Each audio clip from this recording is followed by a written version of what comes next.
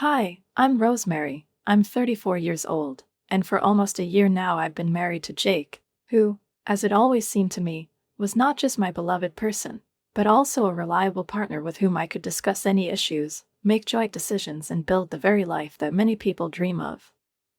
Calm, comfortable, without unexpected shocks. I spend most of my time at my laptop, teaching students from all over the world, and I like this rhythm: morning coffee, a measured voice and headphones, intellectual conversations, and then a quiet evening with a book or dinner in the company of my husband, who always knew how to maintain a relaxed conversation. Life flowed smoothly, without much excitement, until one day there came a day that, as it turned out, turned everything upside down, knocking me out of my usual balance. Jake and I live in the house that I inherited, a large, spacious one with cozy, bright rooms, warm wooden floors, and antique windows through which sunlight pours in the morning, filling the house with a soft glow. I've always loved this place. It was peaceful, it smelled like home, and every room seemed to hold memories that I cherished. Until recently, this house belonged only to the two of us, but everything changed when Jake's parents, Martha and Bob, began to appear more and more often in our lives. At first, their visits seemed quite natural: small family dinners, friendly conversations in the kitchen, the exchange of news and funny stories. But over time, their presence began to become intrusive, and Martha herself, who had been a housewife all her life, began to establish her own roles in my house, interfering in everything from how I cook dinner to how I run the household. And while Bob, as a rule, remained in the shadows, only occasionally commenting on what was happening with a good-natured grin, Martha took the position of a strict critic who considered it his duty to instruct me in literally everything. "Rosemary, honey, this pasta is a little bland, don't you think?" she said once, with such an expression on her face, as if she had just bitten off a slice of lemon. I held back a deep breath, trying not to show my annoyance. "Really?" It seemed to me that I had added enough spices. I replied as calmly as possible, although dissatisfaction was already beginning to boil inside me. But Martha just shook her head and, putting on a condescending smile, continued. "Well, the touch of a woman is not only comfort, but also culinary skills. And it's not worth talking about the house at all. It must be impeccable.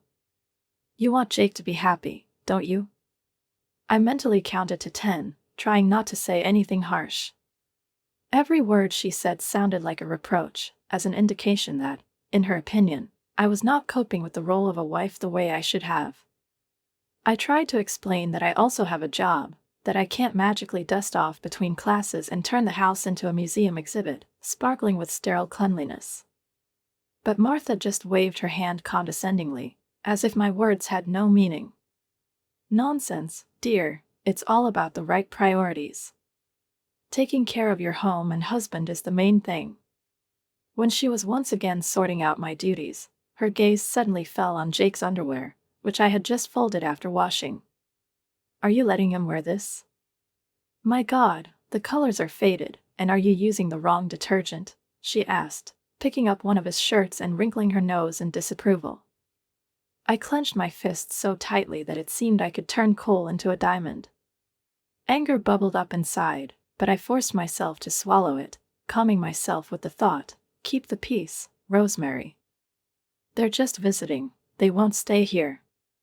But the visits, which were supposed to be temporary, stretched the fabric of my patience thinner and thinner every day. And then something happened that I couldn't even imagine. One sunny day, when I was setting up my laptop before another class, I heard a truck stop outside the window. Glancing out the window automatically, I was literally speechless. Jake, my husband, the very man who was supposed to discuss important decisions with me, was helping his parents unload boxes and furniture from a huge moving truck. My heart skipped a beat. It couldn't be true. In the driveway, Martha regulated the process, commanding like a general on the battlefield, indicating where to put an item. Bob seemed pleased with what was happening, inspecting the new home with the expression of a satisfied owner who finally got his long-awaited possession. I went out onto the porch, feeling panic bubbling up inside. "Jake, what the hell is going on?" My voice sounded sharper than I expected, but I didn't care. Jake turned around, smiling, as if everything that was happening was the most ordinary thing. "Oh, hey, baby, surprise." He even hugged me, as if he didn't notice my condition. "Mom and Dad are moving in with us." "It's great, isn't it?" I literally choked with indignation. "Great? Great? And when were you going to ask me, your wife, about this little decision that will completely change our lives?" I could hear my voice trembling with indignation, but it was impossible to resist. "Baby, calm down." He tried to take my hand, but I took a step back. "It's just for a while. They have little financial difficulties, and if they rent out their house, they can earn extra money. It's a win-win." I opened my mouth, but before I could say anything, Marta appeared on the porch, adjusting her pastel cardigan and pearls, and in her eyes I could see the self-satisfaction of a person who had just occupied the territory, confident that the owners were now only observers. "Rosemary, darling, that's so sensible, don't you think? We're all a family here, and you have so much space," Martha said in her sickly sweet voice, which, as it seemed to me for a long time, hid an icy confidence in her own rightness. She looked around, as if already mentally arranging the furniture, repainting the walls and remodeling our house for herself. "In this beautiful house of yours. It should be shared, right?" I felt my breathing become erratic, and my fingers involuntarily clenched into fists. This house was my refuge, left to me by my parents, who were no longer with us, and it always seemed to me not just a place to hide from the world, but something much more, a reminder of the past, of warmth, care, comfort, of the days when I felt safe. It was not just some kind of communal flophouse that could be turned into a courtyard for everyone, but my personal space, and the very thought that now I would have to share it with people who considered themselves entitled to decide how to live caused me an internal protest, which I couldn't suppress it. I tried to stay calm, but my voice betrayed me, trembling treacherously with tension. "Martha, with all due respect, this is my house," I said, looking straight into her eyes, but she didn't even flinch, as if she hadn't heard the meaning in my words. "Don't you think that such things should at least be discussed?" "Oh, honey, don't be like that." She laughed, waving her hand as if I'd just said something ridiculous. "You know, family helps family. We will create such wonderful memories together." I felt something explode inside of me. She said it as if she was doing me a favor, as if I should be grateful for the opportunity to live side by side with people who made my existence an endless stress. Bob, who had been silent up to this point, nodded, adding his 2 cents. "Yes, Rosemary, it's time for us all to get closer. You don't mind, do you?" "Closer?" I didn't even know what to say. The arrogance, the sense of entitlement with which they invaded my home without even bothering to warn me, was too strong to be ignored. I turned to Jake, hoping to see some understanding in his eyes, but he just looked nervously at me, then at his parents, like a fawn caught in the headlights, and tried to soften the situation. "Come on, Jenny, everything will be fine. What's mine is yours, and what's yours is ours, right?" Wrong. Very wrong. But no matter how angry I was, I couldn't bring myself to kick them out right now. Maybe it was a shock. Maybe it was a small voice in my head, reminding me of what family meant to Jake. So I did something that I think I was becoming a real master at. I swallowed my rage, forced a smile, and uttered the words that echoed hollowly in my soul. The days turned into weeks, and I quickly realized that this temporary arrangement was anything but temporary. Martha and Bob settled in as if they had lived here all their lives, commenting on literally every detail of my life, criticizing my cooking, giving advice on how to run the household, and generally turning my life into an endless nightmare. Meanwhile, Jake was either at work or playing the role of a forgetful husband who preferred not to interfere when the situation got out of control. The temporary sentence, which, according to Jake, was supposed to last only a couple of months, began to feel like a life sentence.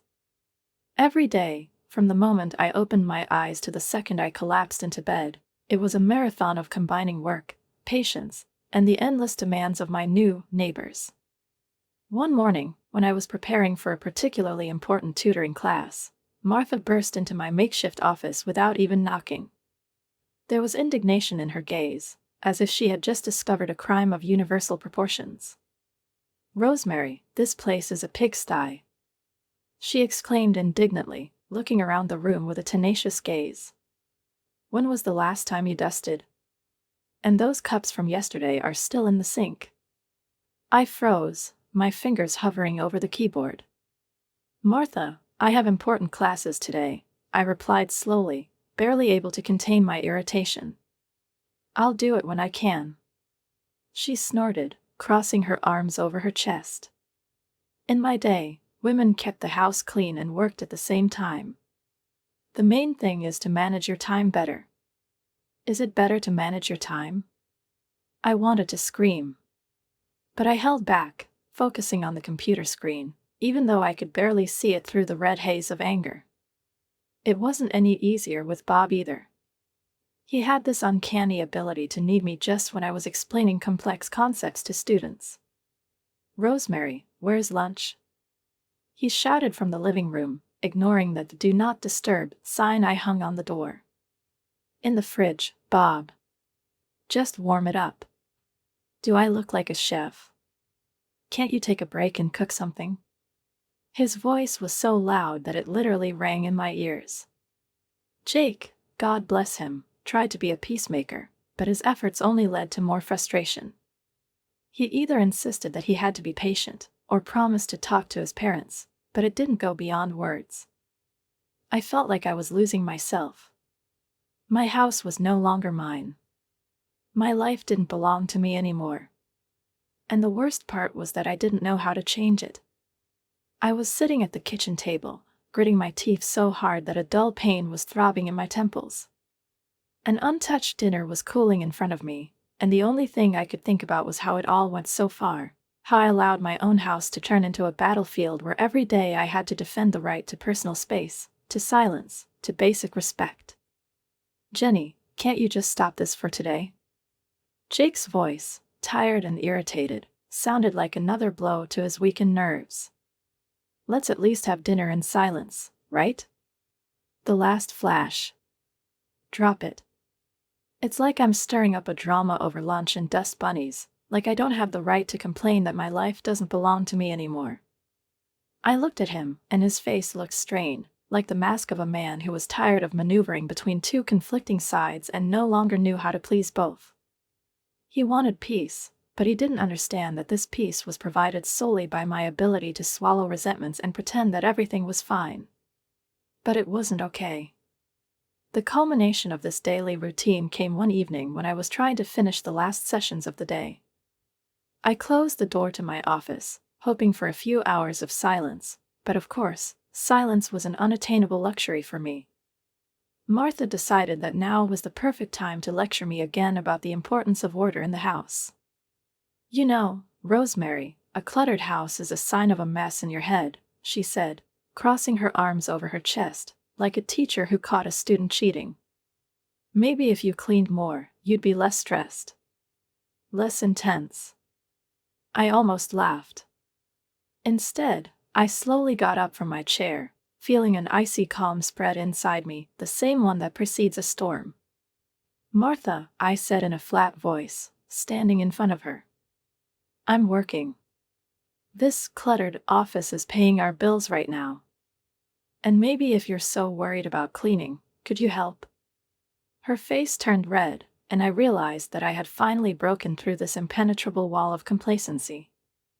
"I'm a guest in this house, Rosemary," she spat out, as if I'd suggested she do something unacceptable. "Cleaning is not my job." Guest. The word rang in his head, causing bitter laughter. A guest is a person who comes with gratitude, with respect, with the understanding that he is not in his territory. And some people, calling themselves guests, turn someone else's life upside down and demand to be treated with respect. That night, as I lay in bed staring at the ceiling, I couldn't help but think about the absurdity of it all. I was here, but I felt like a stranger in my own home. I worked hard to provide for myself and Jake, endured the interference of his parents, withstood their endless criticism, and received only new complaints in response. Jake was snoring softly next to me, and that soft, rhythmic sound was the only thing that broke the silence in the darkness. I turned to look at him, wondering how we got here in the first place, how we turned from newlyweds worried about our future to roommates who barely talked to each other because his parents drove a wedge between us. 3 months.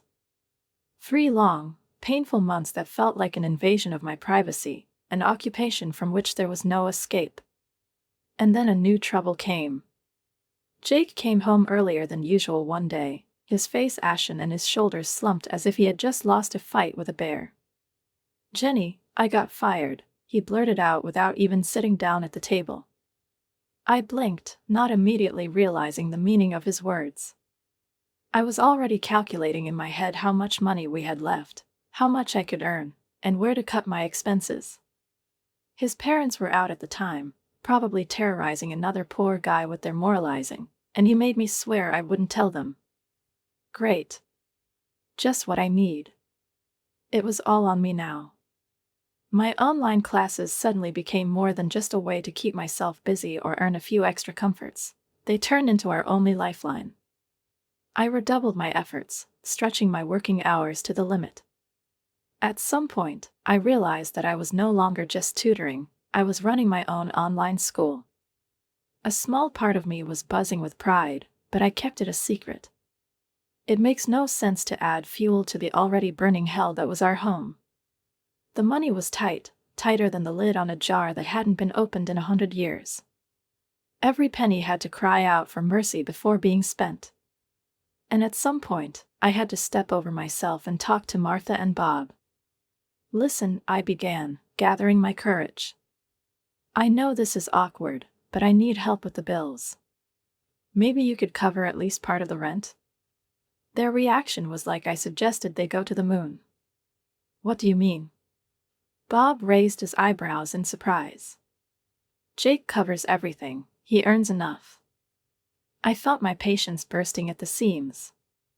"Yes, about that," I began, but then I met Jake's pleading gaze. He didn't want them to know. Later, he took me aside and whispered, "Just a little more, Jenny. I'll find something soon. I promise." Promises. What should I do? Martha pressed her hand to her chest, as if I had just inflicted a mortal insult on her. Her lips trembled, as if she was holding back tears with all her might. Bob frowned, his gaze expressing a mixture of annoyance and bewilderment, as if he couldn't figure out why I, the person who ensured their existence in this house, suddenly rebelled. Jake looked away, his shoulders were tense, and I could see him fighting the urge to get up and leave the table, to avoid conflict, as he always did. "Rosemary, dear," Martha began, her voice filled with that icy sweetness that always preceded passive-aggressive injections. "We're a family, you can't do this to us. Is it really that much to ask?" I burst out laughing. Abruptly, rudely, unexpectedly, even for herself. Laughter burst out of me like a champagne cork, and I felt my chest tremble with a wave of hysterical relief. "Family?" I repeated, barely catching my breath.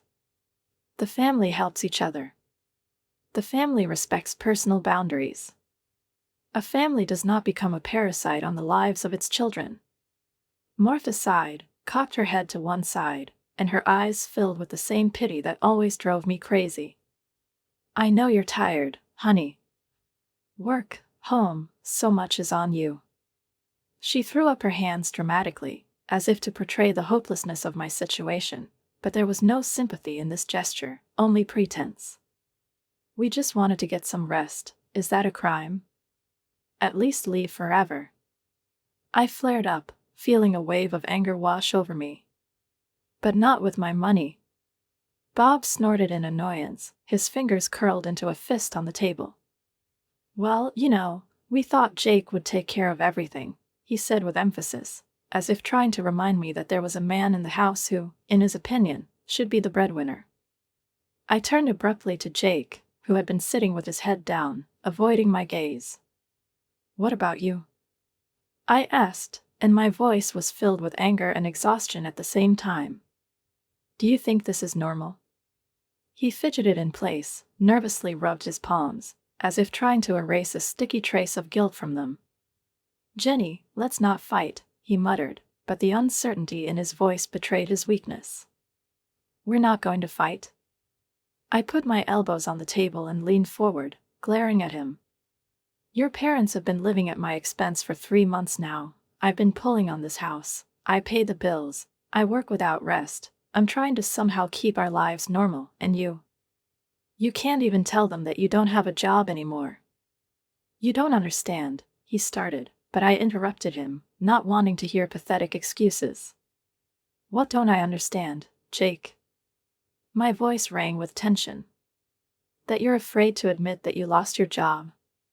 What are you ashamed of? Or that you're so attached to their approval that you can't object to them? Jenny." He closed his eyes, as if hoping that if he couldn't see me, I'd just disappear. "I've had enough," I said through clenched teeth, feeling something inside me crackle and snap like a burnt-out wire.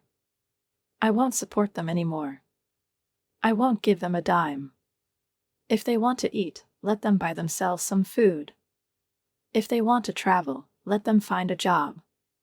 And if you're not going to tell them the truth, then I will." I stood up abruptly, my chair slid back with a bang. Martha gasped, clutching her chest, as if my words had struck her heart. "Rosemary, you can't be so cruel," she exclaimed, but there was more horror than pain in her eyes. "Cruel?" I gritted my teeth. "Am I being cruel because I don't want to be a free bank anymore? Because I don't want to serve people who don't even respect me?" Bob frowned, his face filled with anger. "We're your family, Jenny, and you owe us." "I don't owe you anything," I shouted, feeling everything inside me boiling with rage.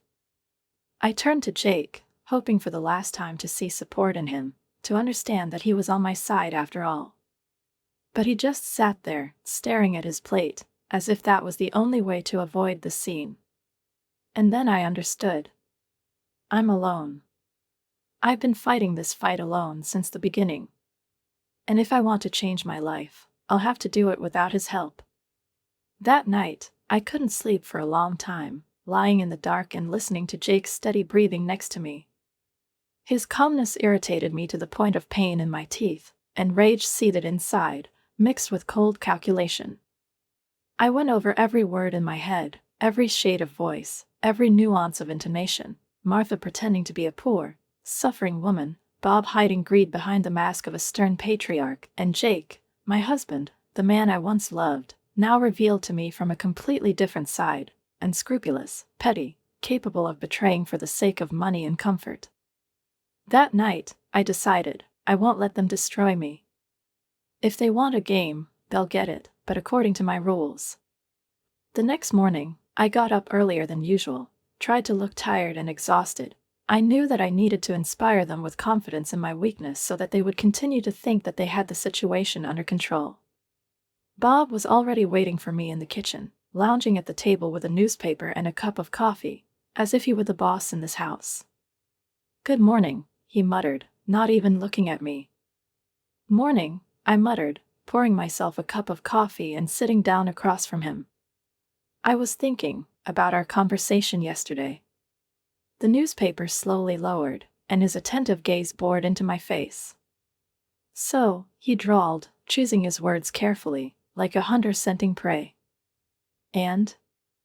"I think you're right," I paused, carefully watching his reaction. "I really spend too much time at work, trying to pull everything alone. Maybe I'm really overreacting."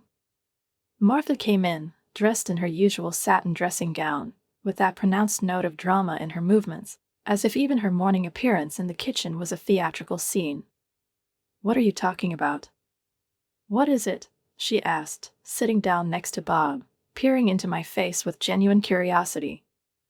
"Rosemary finally realized that we're just trying to help," Bob replied condescendingly, sipping his coffee. Martha beamed, and I gripped the cup a little tighter in my hands to keep from wanting to splash the damn coffee right in her smug face. "And what do you want to do, dear?" "What is it?" she asked, lifting a spoonful of yogurt to her lips. I sighed, as if doubting my own words, and then, as if reluctantly, I said, "Maybe I should really consider selling the house." Silence, dense, almost tangible, filled the kitchen. I enjoyed the moment when Martha and Bob exchanged hurried glances, and then Martha, barely hiding her delight, squeezed my hands in her icy fingers. "Oh, honey, that's such a smart decision," she exclaimed, her voice trembling with fake sympathy. "We all want to make it easier for you."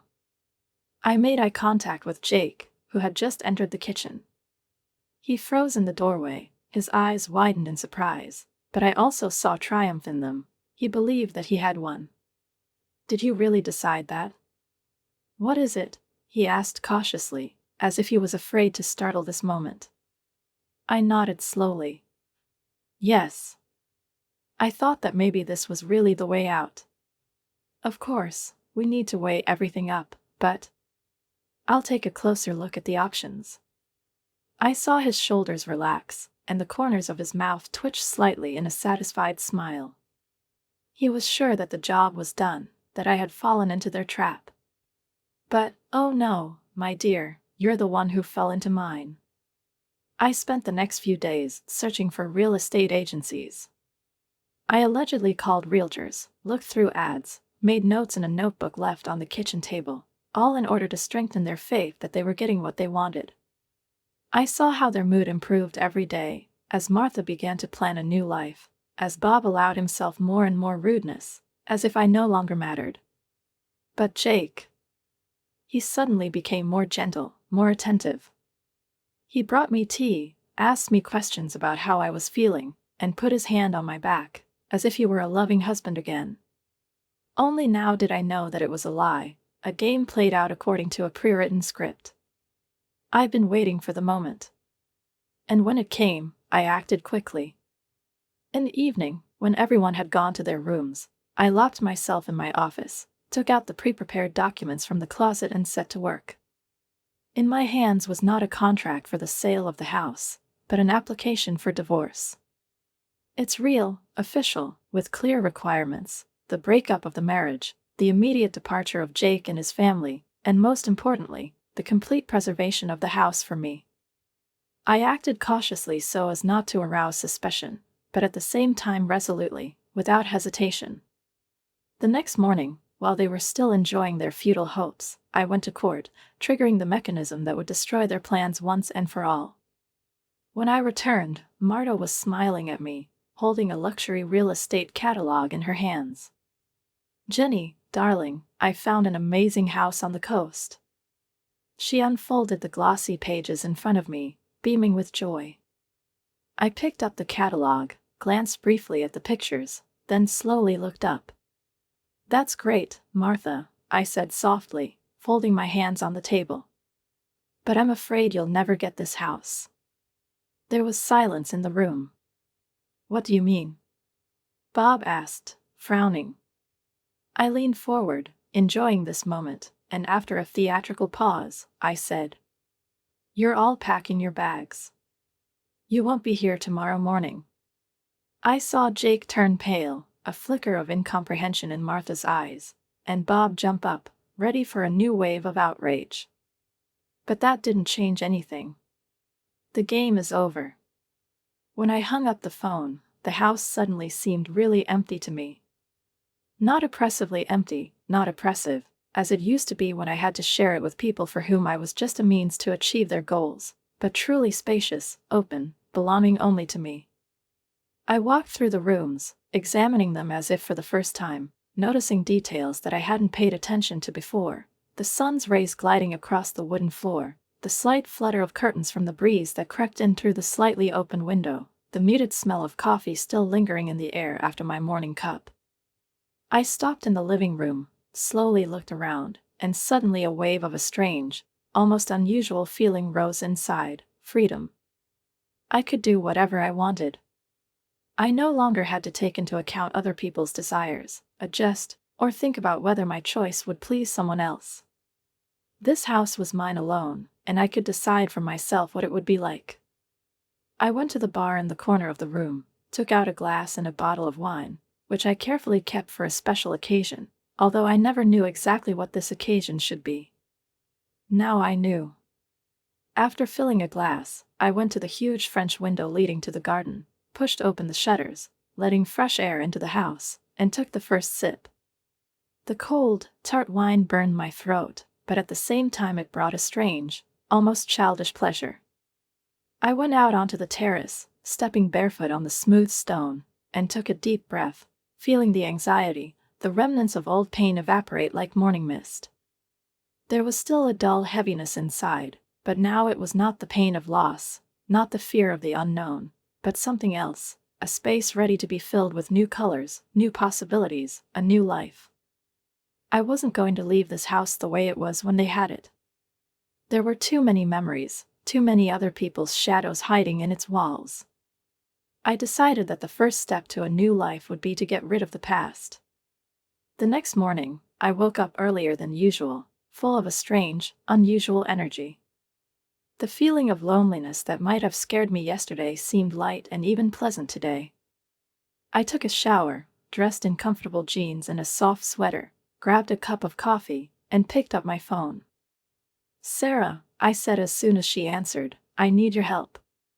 "Sure, Jen, whatever," she replied without hesitation. "I want to redo the house. I want to throw away everything that reminds me of them. I want this place to be mine. Truly mine." There was a short pause on the other end of the line, and then a satisfied laugh. "I'm on my way," Sarah said, and there was genuine glee in her voice. A couple of hours later, she and I were already pulling things out of the house that seemed alien to me.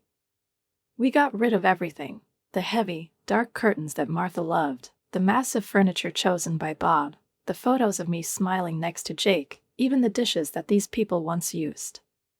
"What about this one?" Sarah asked, picking up an expensive vase from the table, a gift from her mother-in-law for their wedding anniversary. I silently picked it up, turned it over, examining the intricate pattern, and then, without saying a word, threw it on the floor with all my might. The vase shattered into dozens of pieces, sparkling in the sunlight, and I felt the last remnants of pain coming out of me, the last trace of the life I had left behind. Sarah laughed. "Now you're definitely ready for a new chapter." I smiled back at her, feeling a strange but pleasant feeling of lightness inside. When we finished, the house looked completely different. Spacious, bright, breathing freedom. It was no longer a place where I suffered, it became a place where I began to live. I was standing by the window, looking out at the garden, when suddenly the phone rang. The number was familiar to me, too familiar. Jake. I stared at the screen, feeling something like contempt rise up inside, but at the same time, satisfaction. He was still trying, still thinking he had the right to say something, but I wasn't going to listen anymore. I picked up the phone, not even letting him speak. "There's no reason for us to talk anymore, Jake. Goodbye." And without waiting for an answer, I dropped the call. My new life has begun. A few months passed, and life gradually took on new, distinct outlines, as if someone had finally erased the blurred, painful picture of the past and allowed me to redraw the canvas of my fate. The house that used to seem like a prison filled with the ghosts of former years now breathed freedom and light. I got rid of every reminder of those who once thought they could manipulate me, and filled it with things that truly reflected my essence. I repainted the walls, filled the rooms with comfort, added new decorative elements, made a library that I had dreamed of since childhood, and finally allowed myself to feel calm in this space, as in my own world, where no one else could dictate the conditions to me. Working at my online school became not just a way to earn money, but a real refuge from which I drew inspiration, strength, and satisfaction. Every new lesson, every grateful feedback from students, every breakthrough from one of the students gave me the feeling that I was moving forward, creating something worthwhile, helping people and, finally, helping myself. I used to think that my world should revolve around family, around other people's expectations and other people's needs. But now I realize that my life is only my business, and only I can decide what it should look like. Martha's call that day was the last echo of the past, an attempt as ridiculous as it was predictable. Their house burned down, the insurance was not paid on time, and now they were left with nothing, without a roof over their heads, without the luxury they were used to, without the stability they used to take for granted. She spoke to me politely, almost ingratiatingly, as if she hoped that, despite all their actions, I would still obey the old role, become the very girl who could be persuaded, pressured, or manipulated into letting them back into my life. But I was no longer the person they knew me to be. I listened to her voice, trembling, laced with despair, and instead of gloating, which I should have expected, I felt only fatigue. They still didn't understand anything. They didn't realize that the person they were trying to break had long since become inaccessible to them. "No, Martha," I said in a flat, cold voice. "That's impossible." I heard her breathing falter on the other end of the phone, and there was a pause of barely concealed shock. Apparently, she hoped to the last that I would give up. "Rosemary, please," she began, but I was no longer listening. "Good day, Martha," I added before disconnecting the call. After that, I didn't find out anything about them directly, but through friends I soon learned that Jake had found a job, not the one he was used to, not the one that would allow him to live the same way as before, but stable enough not to stay on the streets. Life forced him to come down from the height at which he saw himself, and perhaps for the first time in a long time he was faced with a real reality in which there was no place for easy money, deception, and dependence on others. I thought it would bring me satisfaction, that I would feel a kind of malicious triumph from his fall, but instead I felt only emptiness. The resentment was gone, the anger had dissolved, and only a strange, calm indifference remained. The past no longer had any power over me. At some point, I realized that I no longer remember him with pain. He was a part of my life, a part of the road that I went through, but not the one that I would like to return to. After a while, I noticed that I woke up with ease, that the days seemed full to me, but not exhausting, that I no longer caught myself worrying about what had happened. I started walking more, traveling more, meeting new people, allowing myself to live the way I really wanted to. I allowed myself to love this life, without looking at anyone, without waiting for approval or condemnation. One warm summer evening, I was sitting on the terrace of my renovated house, holding a cup of tea in my hands, and watching the sun slowly sink below the horizon, coloring the sky in shades of pink and gold. I closed my eyes, feeling the light breeze on my skin, and suddenly realized that for the first time in a long time I was truly happy. Not because someone from the past was no longer in my life. Not because I achieved something that they couldn't. It was just because I was myself, free, strong, alive. Finally.